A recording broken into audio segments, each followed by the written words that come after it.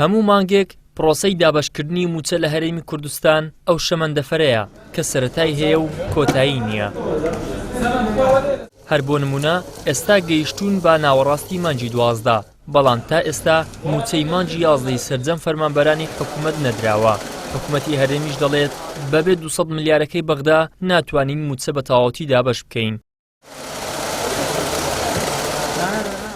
دابەش نەکردنی موچە لە کاتێکدایە چەند مانگێک لەمەوبەر وتەبێژی حکوومەتی هەرێم ڕایگەیاند هەموو 25 مانگێک لە وادەی خۆیدا موچە دابەش دەکرێت، بەڵام لە ئێستادا نزیک بە 19 ڕۆژ بەسەر ئەو وادەیەدا تێپەڕیوە و دابەشکردنی موچەش کۆتایی نەهاتووە. بەشێک لە پەرلەمانتارانیش دەڵێن هەردوو حیزبی دەسەڵاتداری هەرێم دەستیان بەسەر داهات و سامانی وڵات داگرتووە و گەمە بە قوت و ژیانی خەڵک و فەرمانبەران دەکەن.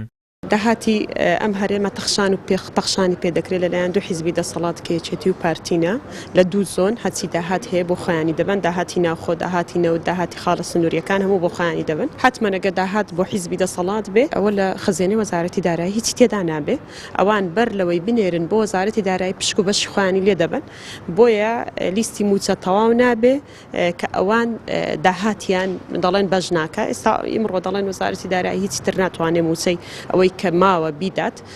بەداخەوە خەڵکی هەرێمی کوردستان هەمووی دەزانێ کە ئەم داهاتە لەلایەن دوو حیزب دەستی بەسەرداگیراوە.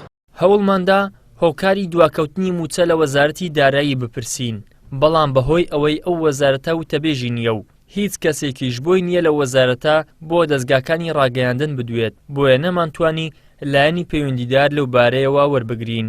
هەر لەسەر ئەم پرسا پەرلەمانتارێکی دیکە پێی وایە حکومڕانی بەم جۆرە ناکرێت و عیبەیەکی گەورەیە سەرباری ئەم هەموو داهاتەی هەرێم حکوومەتی هەرێم نەتوانێت موچە بدات.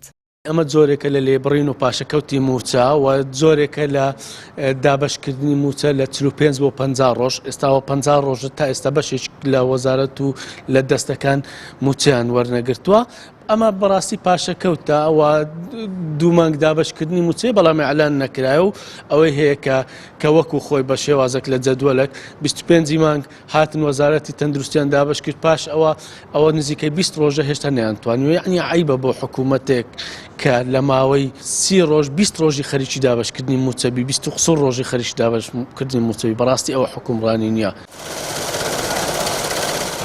دابەشکردنی موچە لە کاتی خۆیدا و بەبێ لێبڕین ئەو هەنگاوەیە کە کابینەی نوێمی حکوومەتی هەرێم بەردەوام وەک منەتێک بەسەر فەرمانبەرانیەوە دەیڵێتەوە کەچی سەرباری زیادبوونی داهات و زیادکردنی باج و خەراج لەسەر هاوڵاتیان ئەم کابینەیە نەیتوانیوە تەنها مانگێک بەبێ 200 ملیارەکەی بەغدا موچە بدات. بۆیە هەمیشە فەرمانبەران لە بەردەم دڵە ڕاوکێ و دواکەوتن و لێبڕینی موچەکانیاندان. ئیدریس محەممەد، کەناڵی ئاسمانی پێام، هەولێر.